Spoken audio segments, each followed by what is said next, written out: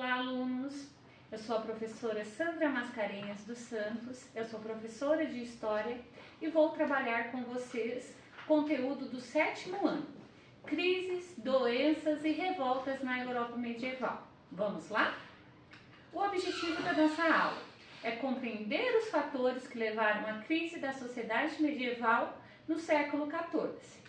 Mas, para isso, nós devemos retomar o conteúdo. Dos séculos X ao século XIII, a Europa passou por um período de ascensão, ou seja, de crescimento. Vocês lembram que nós estudamos isso? A Europa medieval do século X ao século XIII? Quais foram o crescimento na Europa? Vamos começar pelo desenvolvimento das técnicas agrícolas. Vocês lembram quais foram essas técnicas? Vamos olhar aqui na imagem e relembrar.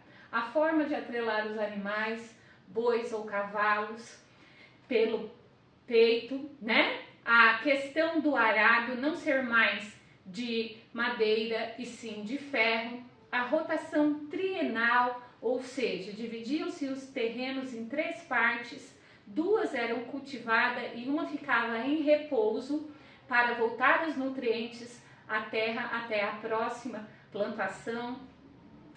Os moinhos de água e vento, que possibilitava moer a maior quantidade de grãos e em menor tempo. Essas inovações agrícolas possibilitaram o aumento dos produtos. Então, aumentando a agricultura, os produtos agrícolas, vai aumentar a população, aumenta a expectativa de vida, ou seja, as pessoas passam a viver por mais tempo. E a taxa de natalidade também, ou seja, começa a nascer mais pessoas. Com uma alimentação melhor, elas vivem mais, por mais tempo e nascem mais. A Europa vai aumentar muito. Junto com o aumento da população e o desenvolvimento da agricultura, vão surgir as primeiras feiras na Europa medieval. As feiras eram centros comerciais, como vocês podem observar aqui na imagem 2, centros comerciais onde os mercadores trocavam, vendiam seus produtos. Existiam mercadores de vários lugares do mundo.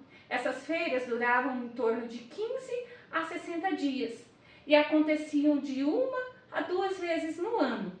Existiam mercadores de vários lugares do mundo que vinham para essas feiras. Próximo a essas feiras vão se formar os burgos, as cidades medievais, como vocês podem observar na imagem também.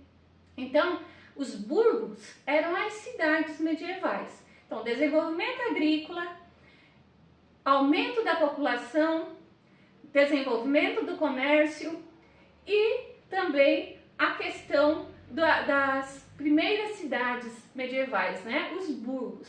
Se do século X ao século XIII teve todo esse período de crescimento, por que no século XIV vai ter uma crise? É isso que nós vamos ver na aula de hoje. A Europa do século XIV é marcada por crises prolongadas, né? Por uma longa crise. Crise de fome, as revoltas sociais e a peste negra. Vamos ver cada uma delas. A crise de fome, ela vai ocorrer entre 1315 e 1317, porque a oferta de alimento tornou-se insuficiente para a população que crescia acelerado, em ritmo acelerado. Então a população crescia muito e o alimento não era suficiente. Somado-se a isso, houve chuvas intensas, devastou plantações. Os senhores feudais também começaram com a criação de ovelhas. Os campos que antes eram destinados à agricultura, agora vai se destinar à criação de ovelha para extrair a lã. Sendo assim, muitas pessoas, milhares de pessoas, vão morrer de fome entre os anos de 1315 a 1317. Um próximo fator de crise vão ser as revoltas sociais. Por que vão ocorrer essas revoltas sociais? Os senhores feudais permaneciam nos seus feudos, só que havia poucos camponeses. muitos mudaram-se para os burgos. Quando eles mudam para os burgos e restam poucos camponeses, os senhores feudais vão explorar o seu trabalho e também vão cobrar taxas de impostos elevados. Essas taxas de impostos elevados vai fazer com que os camponeses se revoltem contra as más condições de vida e de trabalho e ao qual estavam sendo explorados. A peste negra foi a mais terrível de todas as crises do século XIV, uma doença originária da Ásia. Ela foi trazida com as navegações que vieram para a Europa. Então, vai sair os mercadores lá da Ásia, vão vir para a Europa, primeiro nas cidades de Gênova e de Veneza, e dali vai se espalhar para todos os países europeus. Essa peste negra era transmitida pelas pulgas de ratos. Então, os ratos vinham junto com as mercadorias trazidas da Ásia.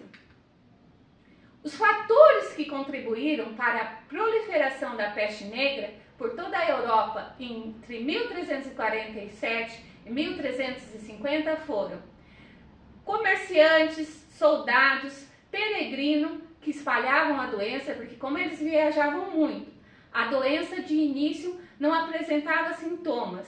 E quando apresentava, havia poucos dias de vida, já havia espalhado para uma grande quantidade de pessoas.